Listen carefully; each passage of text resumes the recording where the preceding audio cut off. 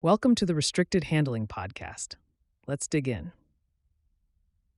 Here's what's been going on in Russia in the last 24 hours. We're still talking about diplomacy and pressure happening at the same time, but there are some updates worth flagging, so this doesn't sound like a rerun. The trilateral talks in Abu Dhabi between Ukrainian, Russian, and U.S. officials are no longer just a one-off weekend experiment. As of Monday, the Kremlin confirmed that more meetings are coming up next week. That alone is notable. Russia usually walks away when things aren't going its way. This time, it's sticking around, without changing its position. Ukrainian President Volodymyr Zelensky has been consistent in how he's framed this.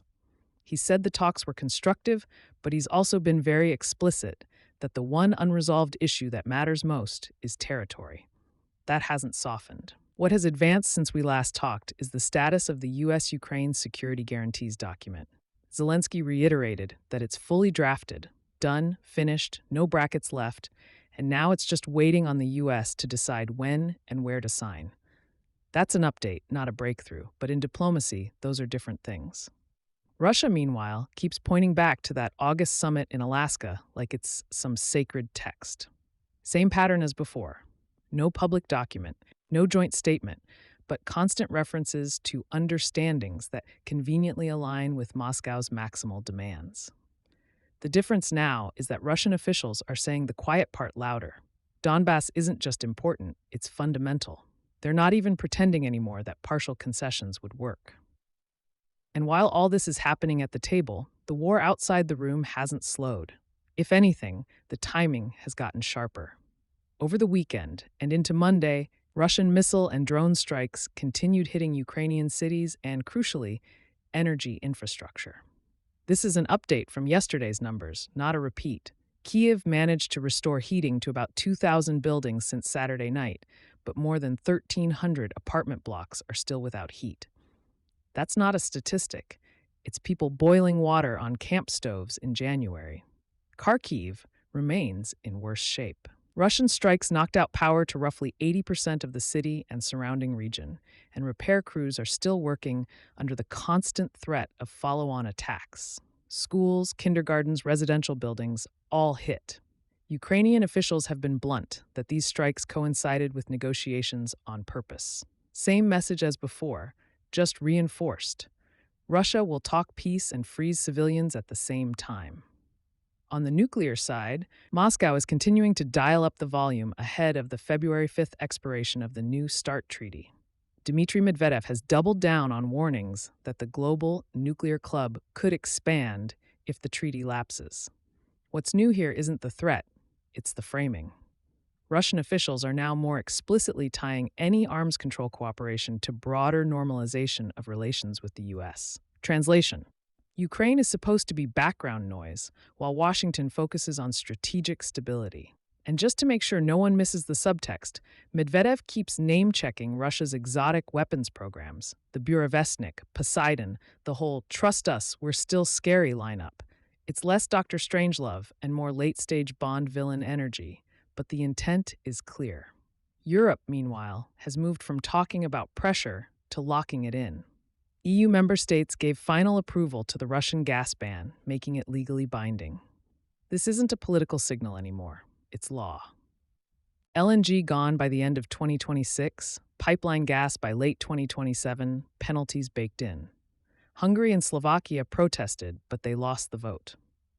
From Moscow's perspective, this closes off any lingering hope that Europe would quietly drift back to business as usual once the headlines faded. Inside Russia, the economic stress continues to mount. Since the VAT hike at the start of the year, prices for essentials have kept climbing faster than official inflation figures suggest. Independent outlets are reporting real declines in purchasing power, especially outside major cities. Civilian industries are taking hits, shipbuilding programs cut back, deliveries delayed, while the defense sector keeps getting priority treatment. Same old Soviet logic: guns first, butter if there's anything left.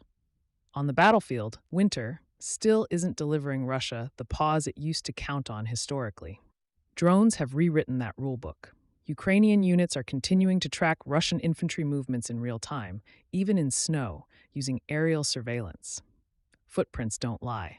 What's new today is confirmation that Russia is expanding its use of Starlink-equipped BM-35 strike drones.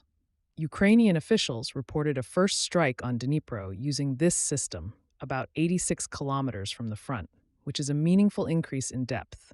These drones are more fuel-efficient, harder to jam, and reportedly have ranges up to 500 kilometers.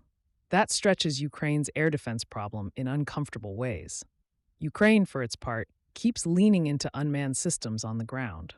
This isn't a new story, but the scale is. Plans to produce over 20,000 unmanned ground vehicles this year are now being operationalized, not just announced.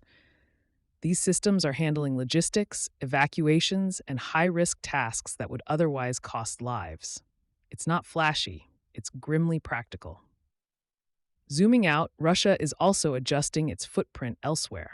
In Syria, Russian forces have begun pulling equipment and personnel out of Qamishli Airport in the northeast, consolidating instead at Khmeimim on the coast. This doesn't mean Russia is leaving Syria, but it does suggest a quieter recalibration as Damascus pushes to reassert control. Fewer mediation roles, more consolidation. In Northern Europe, the signaling continues. Swedish fighters were scrambled last week to shadow 2 Russian Su-35s and a Tu-22 M3 bomber over the Baltic Sea. No violations, no drama. But the flight profile matters. Escort fighters plus a long-range bomber is a deliberate formation meant to be seen. Russia still wants to remind NATO it's there, even while bogged down in Ukraine. Then there's the hybrid layer, which never really pauses. Cybersecurity researchers have now attributed December attacks on Poland's electricity grid to Sandworm, the same Russian hacking group that's been hammering Ukrainian energy systems since 2014. That's not escalation, it's continuity.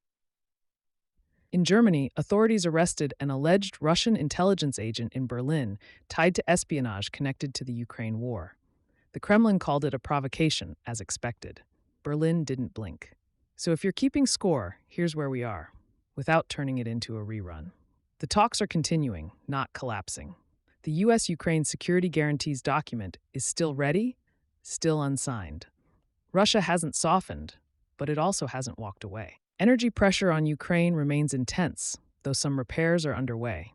Europe has locked in long-term economic separation from Russia. Moscow is rattling the nuclear cage again, and the war, thanks to drones, cyber tools, and winter-hardened logistics, just keeps grinding forward. Thanks for listening and being part of the RH community. Please take a moment to leave a 5-star review. If you want to see some changes, email us at info@restrictedhandling.com. We also publish a daily written intel brief on Substack, where you'll find even deeper coverage of Russia and China, along with insights on Iran, the Middle East, and the DPRK.